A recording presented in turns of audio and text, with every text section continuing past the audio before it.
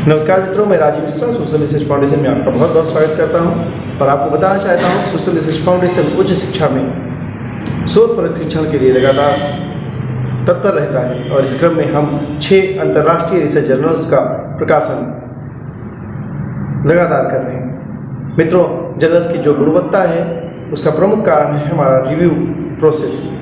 हम अपने पेपर को डबल ब्लाइंड पीयर रिव्यू पद्धति के आधार पर रिव्यू कराते हैं, तमाम एक्सपर्ट्स के पास भेजते हैं और उनके द्वारा अनुशंसित होने पे ही वो पेपर आगे प्रकाशित होता है। इसी कड़ी में सोशल रिसर्च फाउंडेशन ने एक नई शुरुआत करी है, वो है ओपन वाइवा। इस क्रम में हम जूम मीटिंग के तहत एक्सपर्ट और लेखक को आमने सामने रखकर एक साक्षात्कार कराते हैं, जिसमें दोनों एक दूसरे से अनभिज्ञ होते हैं। खाली उनके पेपर एक दूसरे के पास होते हैं और वे अपने पेपर पर एक डिस्कशन करते हैं एक्सपर्ट से, और एक्सपर्ट उस पेपर पर साक्षात्कार पद्धति से डिस्कशन करने के बाद पूरी तरह जब संतुष्ट हो जाता है तब वह पेपर हम अपने जर्नल में प्रकाशन के लिए भेजते हैं।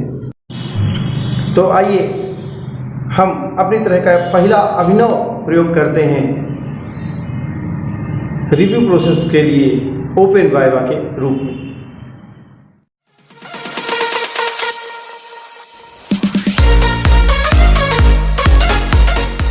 तो मैं आपको पुनः धन्यवाद देता हूं सर। और हमारे पास जो दूसरा पेपर है वो है पेपर नंबर 15209। 15209 पे जो सज्जन हैं, जो लेखक हैं, अगर वो जल्दी से अपना वीडियो ऑन कर लें तो मुझे मालूम हो जाए कि आपकी सहमति है, आप हमसे जुड़े हुए हैं और आपका पेपर हम शेयर कर दें। 15029 पे जो सज्जन हमसे जुड़े हुए हैं, कृपया अपना वीडियो ऑन कर लीजिए। Good evening all of you sir. Good evening sir. मैं आपको अभी भी नहीं देख पा रहा हूँ 15029 पे।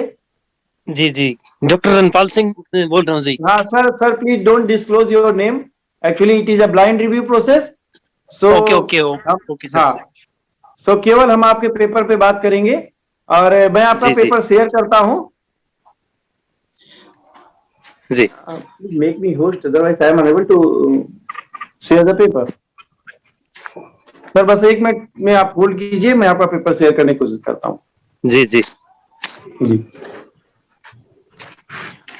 जो हमारे लेखक बंधु, जो हमारे दर्शक बंधु हमसे जुड़े हुए हैं, वो ये बात समझें और अपना आशीर्वाद भी दें कि सोशल रिसर्च फाउंडेशन को कतई इस बात का कोई ये नहीं है कि हम आपके पेपर में कमी ढूंढ रहे हैं, बल्कि हम आपके पेपर को अच्छा बनाने की कोशिश कर रहे हैं। Now you can share the papers. Okay, ma'am. Just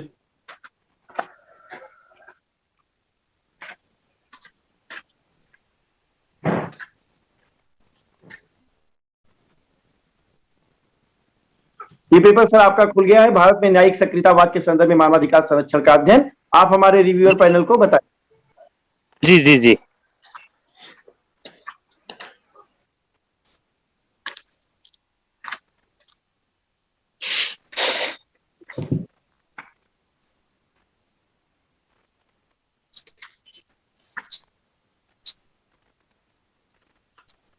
हाँ सर, आप बताइए अपने पेपर के बारे में हमारे बोर्ड को। जी। मैंने अपना टाइटल भारत में न्यायिक सक्रियतावाद के संदर्भ में मानवाधिकार संरक्षण का अध्ययन, ये टॉपिक लिया है सर जी। इसके कीवर्ड्स हैं सर: मानवाधिकार, न्यायिक सक्रियतावाद, जनहित याचिका, न्यायिक संगम। क्या आप सुन पा रहे हैं सर जी? हाँ सर, अब सुन।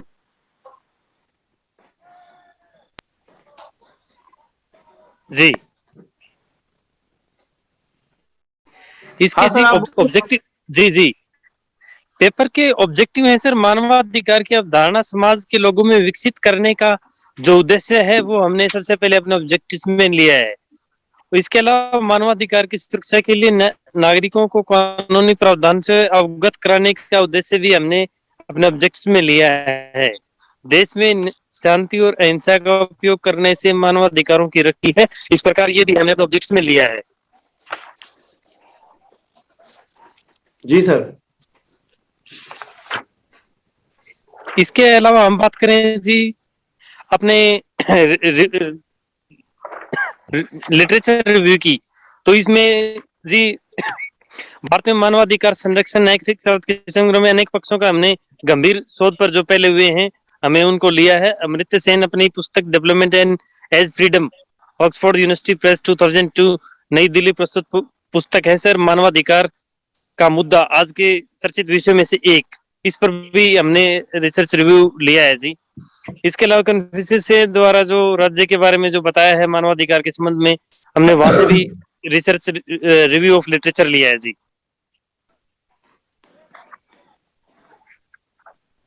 इसके अलावा हम इसमें जो रिसर्च मेथड की बात करें सर, तो इसमें हमने अनुसंधान पद्धति का उपयोग करते हुए इस पेपर को तैयार किया है। इसके अलावा हमने माध्यमिक साहित्य का सर्वेक्षण करके जानकारी जुटाई है और भारतीय संदर्भ में न्यायपालिका की भूमिका मानवाधिकार संरक्षण में अत्यंत महत्वपूर्ण रही है। इस भूमिका में विवादों को जो जन्म दिया है और मानवाधिकार संरक्षण और जनहित याचिका, इस कंसेप्ट को भी हमने इसमें शामिल किया है सर। क्या मेरी आवाज प्रॉपर आ रही है सर जी? हाँ सर, बिल्कुल बिल्कुल आवाज आ रही है, आप बिल्कुल बोलते जाइए। जी जी जी। इसके अलावा जैसे इसमें हम इंट्रोडक्शन की बात करें तो न्यायिक स्वीकृतवाद के जो मानवाधिकार है उसके संदर्भ में आज सर्वमान्य हो गया है कि मानवाधिकार जो हनन की घटनाएं बहुत ज्यादा बढ़ गई हैं सर विश्व में, और मानवाधिकार का संरक्षण विश्व के समक्ष एक बहुत बड़ा ये अपने डिफिकल्टीज मतलब चुनौती के रूप में आगे आई है, और किसी न किसी रूप में शोषण, अत्याचार, उत्पीड़न, आतंकवाद का वर्षव है। इसलिए मानवाधिकारों का जो है आज के संदर्भ में एक बहुत ही मेन इंपॉर्टेंट रोल हो गया है जी। और व्यवहारिक स्तर पर मानवाधिकारों के संबंध में सर्वाधिक महत्वपूर्ण यह है कि अधिकारों का वैधानिक या नैतिक अस्तित्व भी पर्याप्त नहीं है, अपितु तो उनका प्रभावी संरक्षण भी आवश्यक है। इसलिए मानवाधिकार संरक्षण के लिए इस टॉपिक को हमने लिया है सर।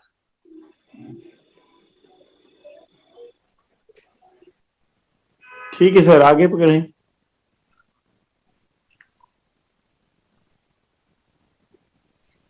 इसके अलावा सजेशन की बात करें तो मानवाधिकार संरक्षण नागरिकों का अधिकार है, अतः नागरिकों को इस बारे में जानने का जरूरी है।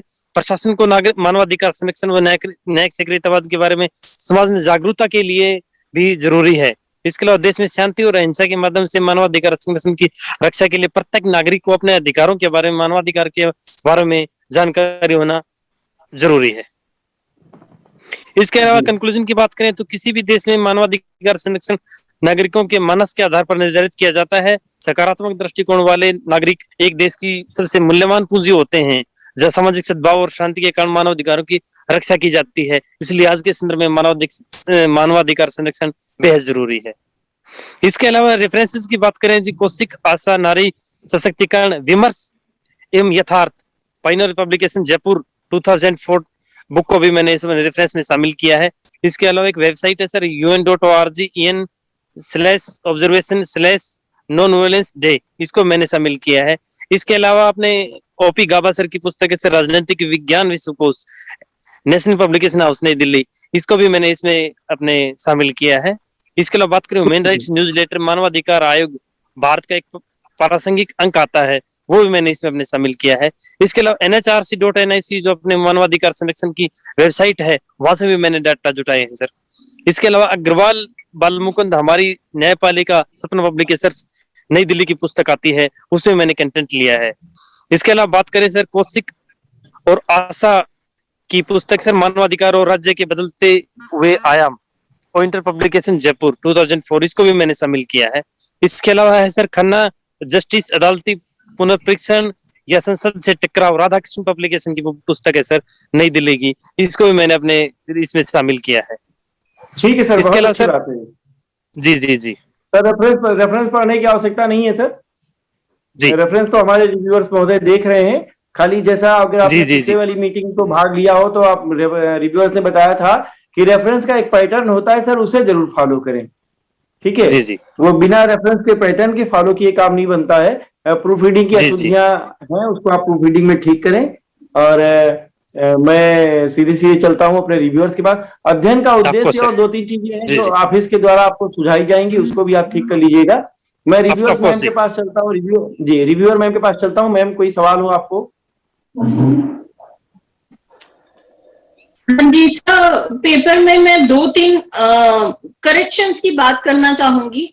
जैसे इंट्रोडक्शन दिया है उसमें, तो इंट्रोडक्शन में मुझे लग रहा है कि जहां पे जुडिशियल एक्टिविज्म यानी कि न्यायिक सक्रियतावाद की बात की गई है, तो वहां पे थोड़ा सा इंडियन जो जुडिशियल सिस्टम है उसको भी एक्सप्लेन करना चाहिए था। दूसरी जो मेरी करेक्शन की मैं बात करूंगी या सुजेशन मैं बोलूंगी अपनी तरफ से, सुजेशन वो ये है कि जहां इन्होंने अपने कीवर्ड्स में ह्यूमन राइट्स को, मानवाधिकार को पहला नंबर दिया है, लेकिन जब बात आई उसके मीनिंग को एक्सप्लेन करने की, तो इन्होंने पेपर लास्ट में ह्यूमन राइट्स का मीनिंग एक्सप्लेन किया है। तो मुझे लगता है कि ये एक्सप्लेन होना चाहिए था। और एक चीज, इनका कंक्लूजन मुझे बहुत छोटा लगा, और लास्ट जो मुझे एक कमी लगी वो थी कि जो इन्होंने रेफरेंसेस दी हैं वो 2004 तक की रेफरेंसेस हैं, इसको और अपडेट किया जा सकता था। जी, ये मेरे थोड़े से करेक्शंस के लिए सजेशन है। Yes, thank you so much. जी जी जी सर आप सुन रहे हैं? जी, I will applied sir, I will applied sir. जी, तो इसको प्लीज जो है करिए, क्योंकि रेफरेंस तो निश्चित रूप से लेटेस्ट ही होने चाहिए, और जो मैम ने जैसा कहा है उसको भी कर लीजिए, उससे पेपर आपका अच्छा बनेगा। जी जी जी, मैं रिव्यूअर सर के पास चलता हूँ। सर यस सर, इन्होंने करंट टॉपिक पर लिखने की कोशिश की है, जुडिशियल एक्टिविज्म या न्यायिक सक्रियतावाद। तो इसमें क्योंकि इस तरह का टॉपिक लिखा जाता है तो उसमें एक उन्होंने काफी कोशिश की है, परंतु हमेशा सुधार की कुछ गुंजाइश तो रहती ही है, ऐसा मानते हैं। जी, उन्होंने इसमें एक टाइम पीरियड ले लेना चाहिए, कहाँ से हम कहाँ तक कर रहे हैं न्यायिक सक्रियतावाद। इसका टाइम लो आप 1950 से 2021 तक या 1970 से या कहाँ से कहाँ तक। इसमें ब्रेक में इस तरह में ब्रेक में आ जाता है कि कहाँ से कहाँ तक करेंगे, ताकि क्लियर हो जाए बात ही इसमें। फिर उन्होंने कहा क्योंकि जो मेथोलॉजी है उसमें उन्होंने एक शब्द प्रयोग किया, माध्यमिक डाटा। जनरली ये होता है कि प्राइमरी और सेकेंडरी डाटा जो होता है वो इन्हें उन्होंने अनुसंधान पद्धति जो प्रयोग किया है। अनुसंधान जब करते हैं तो फिर इसका मेथोलॉजी क्लियर करनी पड़ती है कि अनुसंधान में क्या करेंगे, या तो हम क्वेश्चनर लेंगे या शेड्यूल लेंगे, प्रश्नावली या अनुसूची। उसको इसमें क्लियर करना होता है कि हम किस तरह की प्रयोग किया, हमने क्वेश्चनर बनाई है या शेड्यूल बनाया है। और फिर हम थोड़ा सैंपल भी ले लेते हैं, अगर रिसर्च कर रहे हैं तो फिर सैंपल लेंगे। और सैंपल चूंकि इन्होंने टॉपिक काफी बड़ा हो जाता है, भारत चूंकि बड़ा टॉपिक होता है, मैं फ्यूचर के लिए उनको थोड़ा सा सजेस्ट करना चाहूंगा, अगर लेते छोटे ही ले, इसमें केस स्टडी टाइप का ले, जैसे फ्रॉम पर्टिकुलर टू जनरल, छोटे का केस स्टडी होता है इस तरह के। क्यों ऑल इंडिया का डेटा कलेक्ट करना हमारे रिसोर्स इतने नहीं है, तो एक केस स्टडी है छोटा, एक जिले का जहां भी डिस्ट्रिक्ट का ले वहां का, फिर ये डाटा कलेक्ट करेंगे। तो फिर डाटा कलेक्ट करके सैंपलिंग मेथड है रिसर्च के। केस स्टडी पर इनको मैं सुझाव दूंगा मेरे, तो केस स्टडी पर एक बुक भी पढ़ ले, केस स्टडी कैसे करें, तो उसमें सैंपलिंग का और मेथड होता है, उसमें से काफी बुक्स लिखे जाते हैं। तो ये उसमें भी क्लियर करते हैं अनुसंधान या शेड्यूल क्या यूज कर रहे हैं, ये थोड़ा सा ठीक रहेगा। और लेटेस्ट बुक्स भी लिख दें। और जैसा कि मैंने पहले बताया, जनरली मैंने भी आर्टिकल भेजता रहता हूँ, तो जैसे भी कोई साइट का लिखता है तो access online website, access online web, access on date लिख दे आगे, फिर उसका यूआरएल आ जाता है उसका। तो इसमें क्या क्लियर हो जाता है, उसमें से पढ़ने वाले को, या कभी कोई जैसे आपने बताया कि वो हट जाता है चूंकि है, तो इस तरह की चीजें। तो online website access on date लिख दें तो इस डेट को हमने एक्सेस किया है, और ज्यादा अच्छा लगता है पढ़ने वाले, ऑथेंटिक सोर्स लगता है इसमें से। और सर जैसा बाकी सब हम ठीक कर सकते हैं, पर प्लेजरिज्म जो है उसका तो सॉफ्टवेयर वो हम चेक नहीं कर पाते हैं, वो हमारी आपकी टीम पर ही हम छोड़ सर, वो हम करते हैं, वो हम करते हैं सर। तो आपका ये होता है। बाकी ठीक है इनका। और अच्छा एक बात और जोड़ना चाहूंगा, जैसे दो शब्द, एक बिब्लियोग्राफी, एक दो रेफरेंसेस। क्योंकि अगर बिब्लियोग्राफी लिखते हैं, हिंदी का एग्जैक्ट वर्ड मुझे पता नहीं, बिब्लियोग्राफी लिखते हैं तो बुक्स को अल्फाबेटिकल लिख देते हैं। इन्होंने बिब्लियोग्राफी शब्द होना चाहिए, मेरे सामने जो लिखा पेज नंबर नहीं तो वो बिब्लियोग्राफी है, फिर वो अल्फाबेटिकल है। उसमें अगर हिंदी है तो फिर ए आ पहले, फिर कै ख ग ऐसे करके, जैसे इंग्लिश में लिखते हैं, उस में तरीके से उसको सेट कर दे और अच्छा रहता है। उसमें संदर्भ में तो ऐसा पॉसिबल नहीं होता, तो बिब्लियोग्राफी है तो फिर वो अल्फाबेटिकल हो जाएगा, हिंदी का जो भी उसका रहेगा और वो तो और अच्छा लगता है, फिर ढूंढने में और इजी रहेगा। ये मेरे कुछ सुझाव है, कर सके तो और ज्यादा अच्छा बन जाएगा रिसर्च पेपर। जी जी जी, I will apply in next paper sir. जी, तो लेखक सर जो है, आप में कुछ सुझाव तो आपको इसमें, आप इसमें अप्लाई कर दीजिएगा, और कुछ जो आपको आगे के लिए जो रिसर्च पेपर लिखिएगा आप उसमें कर दीजिएगा, ठीक है? ऑफ कोर्स तो ये sir ji, of paper course हम सर। हम आपको भेजेंगे, आप उस पेपर को ठीक कर दीजिएगा। रिव्यूअर सर ने एक बात बहुत अच्छी कही कि difference between the reference and bibliography, इसको हमें समझना होगा। हम अपने ऑडियंस को बार बार इस बात को कहते हैं, हम किसी भी पेपर को मना नहीं कर सकते, क्योंकि हमारी भी कुछ प्रतिबद्धताएं हैं, हमारी भी कुछ सीमाएं हैं, हमारी भी कुछ मजबूरियां हैं। लेकिन अगर लेखक, जितने भी लेखक हमसे जुड़े हैं, जितने शोधार्थी हमसे जुड़े हैं, इन विषयों को अगर आप आत्मसात करेंगे तो आपका पेपर और अच्छा बनेगा, क्योंकि आप कहीं न कहीं लिख भी रहे हैं, मेहनत भी कर रहे हैं, पैसा भी खर्च कर रहे हैं, तो कंटेंट अच्छा हो जाएगा तो विश्व गुरु भारत को बनने से कोई रोक नहीं पाएगा। और पॉलिटिकल साइंस के आप लोग हैं तो इस बात को तो और ज्यादा अच्छे से बात कर रहे हैं कि भारत को हमको पूरे विश्व स्तर पे लेके जाना है, लेकिन सबसे पहले दस्तावेज के रूप में। तो रिसर्च पेपर लिखना अपने आप में एक कला है, रिसर्च पेपर लिखना अपने आप में एक अनुशीलन है, एक परिसीमन है, तो बहुत सारी चीजें हैं। और एक बात और भी निकल के आई कि हमारे पास इतने अच्छे रिव्यूअर्स हैं, इतने अच्छे रिव्यूअर पैनल है, इतने अच्छे लेखक हैं, तो सर मैं आपसे कभी उम्मीद करूंगा, आपसे कभी निवेदन करूंगा सेपरेट कि सोशल रिसर्च फाउंडेशन ने एक नेशनल और एक इंटरनेशनल सेमिनार कराया, नेशनल और इंटरनेशनल, जिसका टॉपिक था how to write a research paper. और मैं लगातार इस बात की संभावना, लगातार मुझे इस बात का एक इच्छा रहती है कि अभी इस विषय पे बहुत कुछ बोला जाना और बहुत कुछ करना बाकी है। तो मैं आपसे निवेदन करूंगा कि आप कभी मुझे सेपरेट समय दीजिएगा स्वैच्छिक दुनिया न्यूज चैनल को, ताकि हम आपका इसी विषय पे एक लेक्चर करेंगे कि how to write a research paper, what is the difference between the bibliography and reference, how to apply the ये हाइपोथेसिस मेथोडोलॉजी। क्योंकि ये जो बच्चा है, जो रिसर्च स्कॉलर है, उसे इन बातों की बहुत गहरी समझ होनी अति आवश्यक है, तभी तो आप एक रिसर्च पेपर से और पीएचडी लेखन की ओर जा पाएंगे और देश पे रिसर्च देंगे। तो हमारे पास फ्लोर पे और कोई पेपर नहीं है। मैं इन्हीं के साथ आपको बहुत बहुत धन्यवाद देता हूं, और रिव्यूअर मैम से कहता हूं कि आपको एक लिंक भेजा गया होगा, उसको आप भर के भेज दीजिएगा, ताकि आपको रिव्यूअर का जो रिव्यू सर्टिफिकेट है वो भेजा जा सके।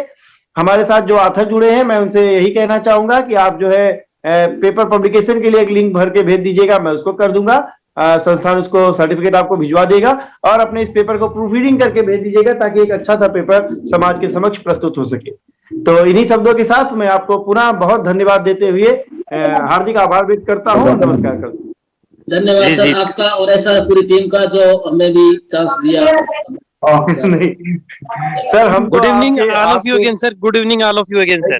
Thank you sir, thank you ma'am, नमस्कार। Thank you so much sir. जी नमस्ते मैम, नमस्ते मैम।